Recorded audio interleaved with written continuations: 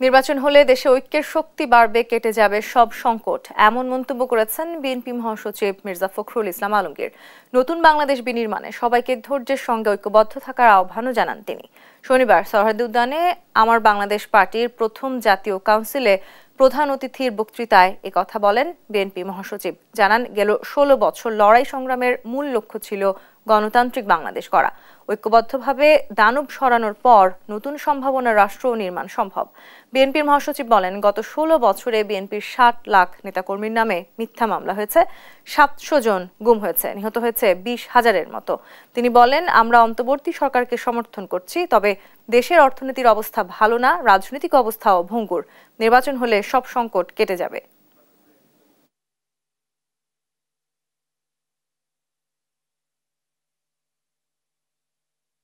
আমরা একটা গণতান্ত্রিক ব্যবস্থায় ফিরে যেতে চাই, আমরা বৈষম্য দূর করতে চাই, আমরা বাংলাদেশের সেই আমাদের তরুণদেরকে তাদের সঙ্গে হাতে হাত মিলিয়ে, কাঁধে কাঁধ মিলিয়ে আমরা একটা নতুন বাংলাদেশ দেখতে চাই। যে নির্বাচনটা হলে আমাদের যে শক্তি, সেই শক্তি আরো বাড়বে, যে সরকার থাকবে, পার্লামেন্ট থাকবে, অনেক বেশি শক্তিশালী হবে, আর যে সংকটগুলো সৃষ্টি হয়েছে সেই সংকটগুলো দূর হয়ে যাবে।